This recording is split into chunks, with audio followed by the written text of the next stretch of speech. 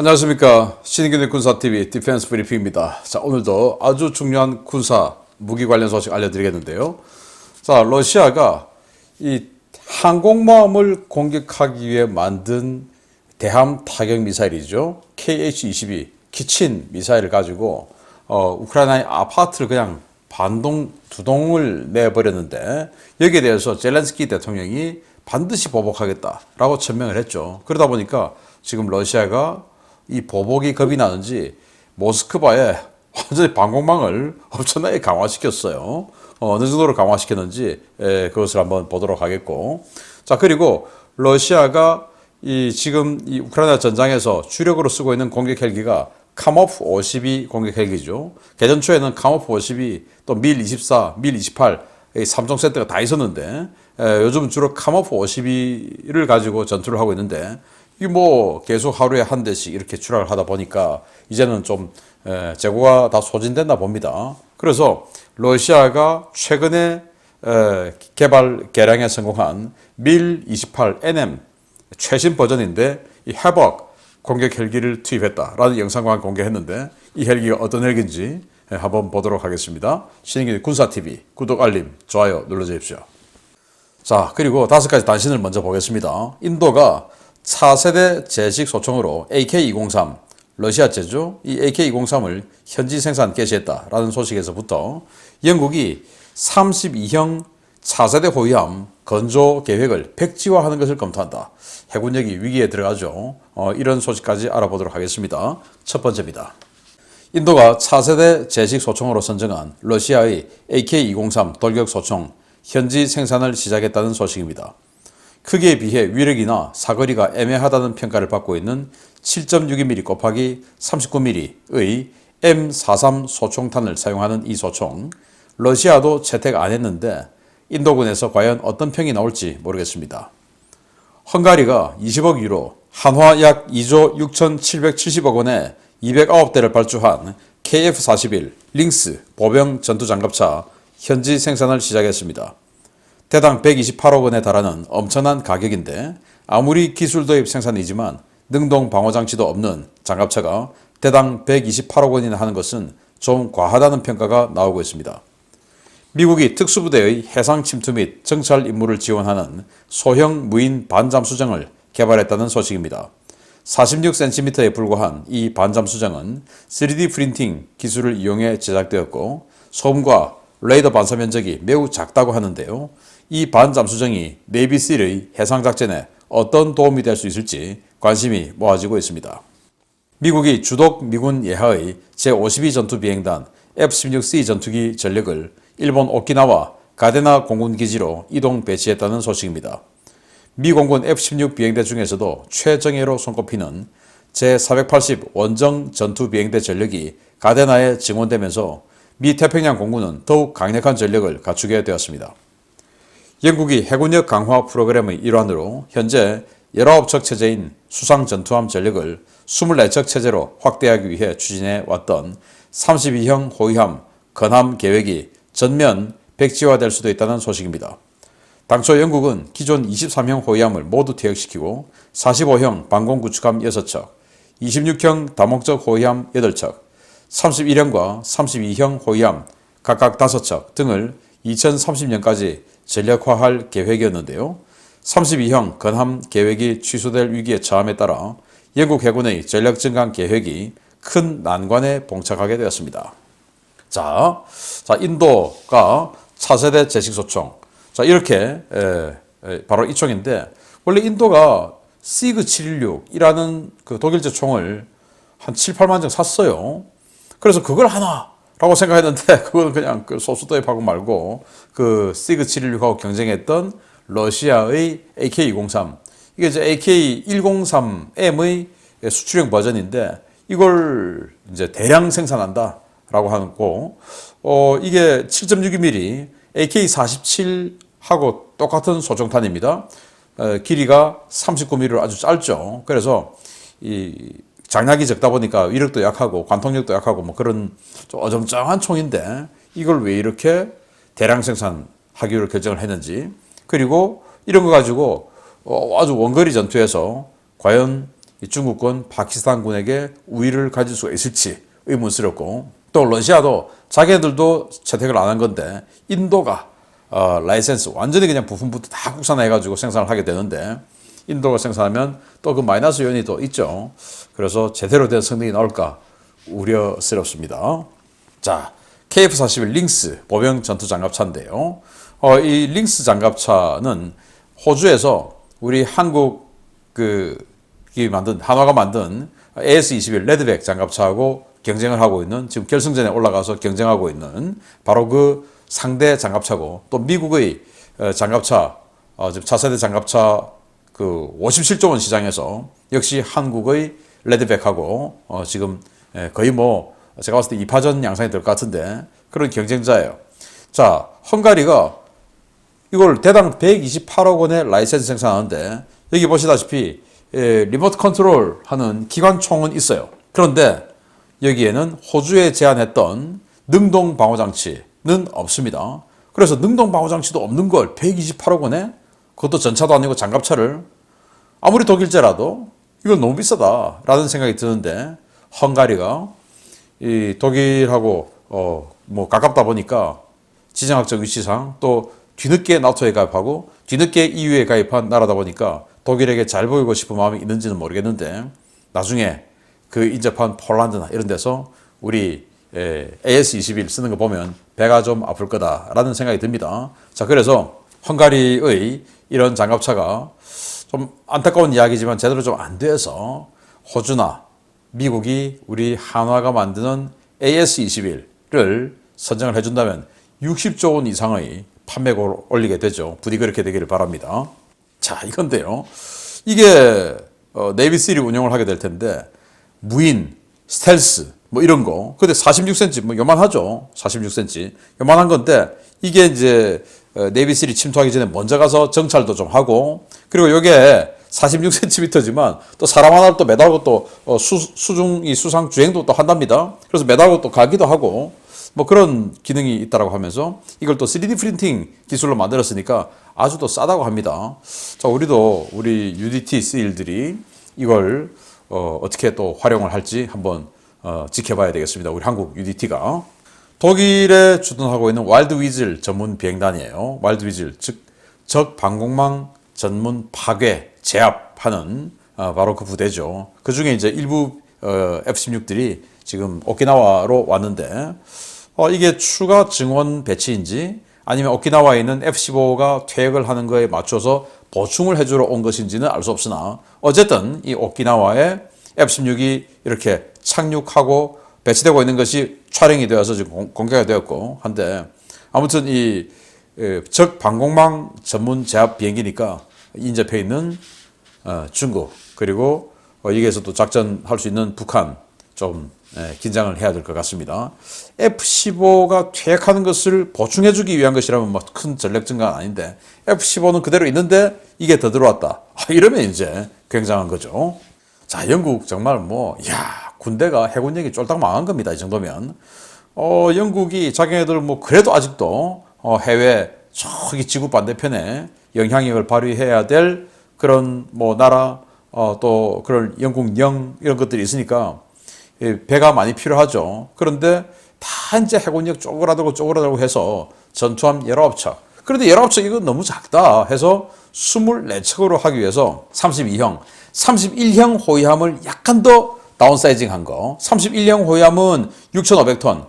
요걸 조금 더 싸게 만들어서 6,000톤으로 만들어서 더 다운사이징 해서 요걸 5척 더 만들어서 24척 체제로 가자 했던 게 이 32형 호위함인데, 이거 안 되겠다. 전면 백지화를 검토하고 있으니 정말 뭐 이 세계를 수백 년을 지배했던 영국, 그리고 수백 년 지배하면서 뭐 그동안 해외에서 그냥 공짜로 많이 수탈해가지고 살다가 자기네들 스스로 이제 벌어서 만들고 판매하고 해서 살아야 되는데, 거기다가 영국병 노조가 어마어마하게 득세해서 그런 영국병까지 들어서 이제는 완전히 그냥 기진맥진해서 군함도 제대로 못 만드는 나라가 되어버린 영국, 참 안타깝고, 우리 이런 거 보면서 우리도 노조가 득세해서 노조가 정치권을 흔드는 이런 나라 되면 영국처럼 됩니다.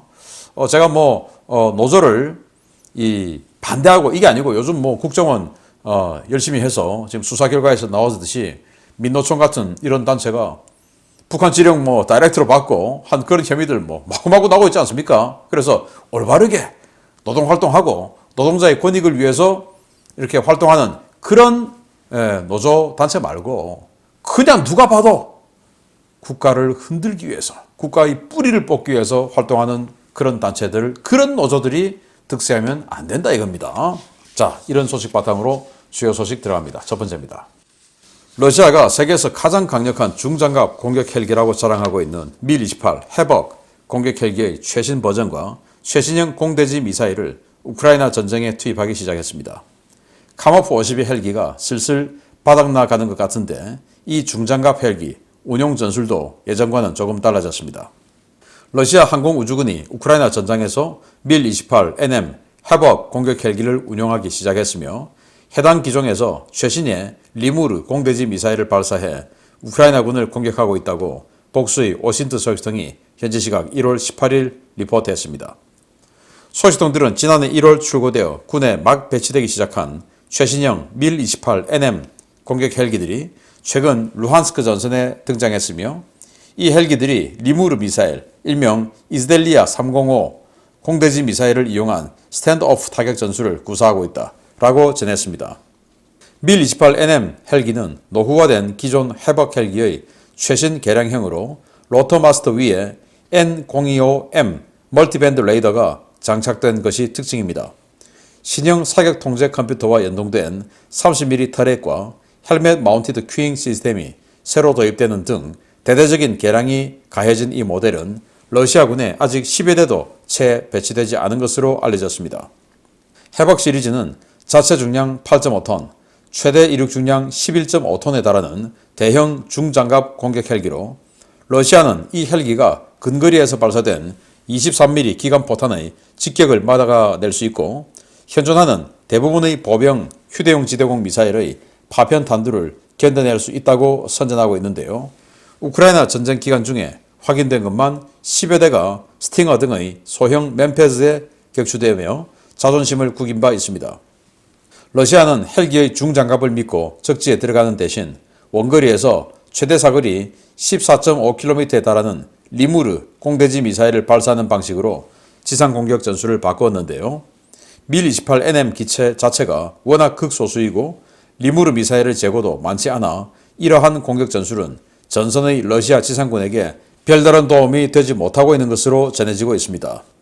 러시아는 최신형 공대지 미사일을 장착한 최신의 공격 헬기가 전선에 투입되기 시작했다며 관련 영상과 사진들로 대대적인 선전전에 나섰는데요. 야전 부대에 인도된 지 1년이 채 되지 않은 이 헬기, 과연 첫 번째 격추 기록이 언제 나올지 기다려봐야겠습니다. 자, 밀-28 NM 공격 헬기인데, 자, 이게 원래 밀-28 있죠. 그걸 이제 대폭 개량한 최신 버전, 그리고 러시아 공군에서도 항공군에서도 지금 한 10여 대밖에 없다라고 하는 아주 적은 수량의 최신 헬기인데, 그럼 도대체 뭐가 바뀌었냐? 일단 여기 이제 레이더가 있죠. 이 원형 통 안에 레이더가 들어가고 있는데 이 레이더가 멀티밴드다. 그래서 Q밴드, 그리고 S밴드, X밴드 이렇게 아주 다양한 이 파장으로 적을 탐지하고 정밀하게 탐지 추적한다라고 하는데, 야, 저 조그만 통에 그렇게 여러 밴드를 집어넣었다. 좀 의외기도 하고요. 그리고 여기 이제 기관포가 있죠. 그리고 미사일도 있죠. 이 기관포와 미사일을 헬멧 마운티드 큐잉 시스템. 그런데 무장사뿐만 아니고 조종사도 연동을 해서 조종사, 무장사 할 것 없이 둘 다 헬멧 마운티드 큐잉 시스템으로 쳐다보면 바로 터렛이, 기관총 터렛이 따라가서 사격하는, 자, 이런 방식으로 바꿨다. 굉장히 그건 강력하겠죠. 자, 그렇게 만든 거, 또 방어력도 강화시켰다라는 건데, 자, 이게 이제 전선에 나타났다. 라고 하면서 이렇게 공개를 했어요. 바로 이겁니다.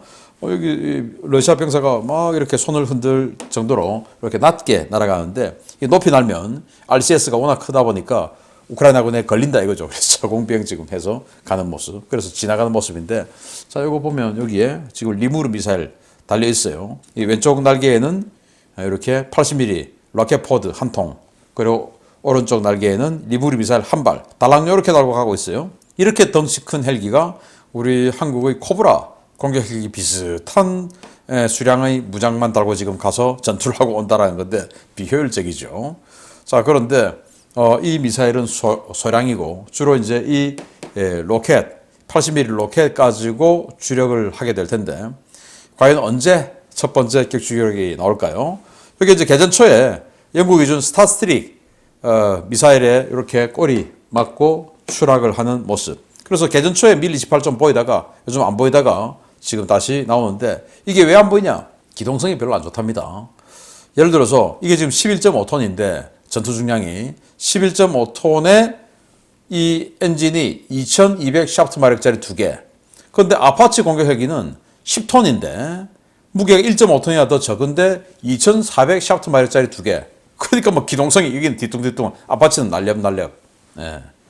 그런 상황에서 안 나왔다. 그런데 이제 카모프 52가 거의 다 소진되니까 안 나올 수 없다. 이것도 이제 12대밖에 없으니까 요거 잠시 후면 뭐 조금만 지나면 요거 다 떨어져서 이제는 아예 항공 지원할 헬기도 없는 러시아군이 되겠네요. 기대됩니다. 두 번째입니다. 콜린 칼 미 국방부 차관이 우크라이나에 대한 장거리 미사일 공급 가능성을 언급한 직후 러시아가 모스크바 방공작전 대비 태세를 크게 격상했다는 소식입니다. 모스크바 시내 곳곳에 방공 시스템들이 배치되기 시작했습니다. 러시아 당국이 모스크바 시민들에게 그 어떠한 사전 통보나 양해 조치도 없이 시내 주요 거점에 다량의 방공 시스템을 배치하기 시작해 시민들이 크게 동요하고 있다고 복수의 오신트 소식통이 현지 시각 1월 18일 리포트했습니다. 소식통들은 모스크바 도심 서북부 지역의 타미라자프 농업대학교와 인근 주택가, 도심 동북부 지역의 소콜리키 공원 등 시내 곳곳에 S-400 방공 시스템을 비롯한 다량의 방공 무기들이 배치되기 시작했다라고 전했습니다. 러시아의 이 같은 조치는 시민들은 물론 모스크바 행정당국에도 사전 통보되지 않은 것이었는데요. 느닷없이 시내로 들어와 거대한 레이더를 전개하고 미사일 발사대를 설치하는 군인들의 모습에 모스크바 시민들은 크게 동요하기 시작했습니다. 모스크바 지역에 배치된 방공 시스템은 S-400 시스템 최소 2개 포대 이상, 이들을 보호하는 판칠 S-1 야전 방공 시스템 다수인데요. 현지 오신트 소식통들은 이들 자산 대부분이 모스크바 도심 북부 지역에 배치된 것을 근거로 이들이 도심 중앙 기준 북쪽 지역에 있는 크렘린과 의회 건물, 주요 군사시설 등을 보호하기 위해 배치된 것이라고 보고 있습니다. 러시아 소식통들은 벨고로드와 브란스크 등 국경과 가까운 지역에서는 시민들에게 가까운 방공호 위치가 안내되었고 볼고그라드 등 일부 도시에서는 크기와 종류를 막론하고 모든 드론 사용이 금지됐다라고 전했는데요. 이러한 움직임은 러시아가 우크라이나의 대규모 공습을 예상하고 취해진 것이 아니냐라는 관측이 나오고 있습니다.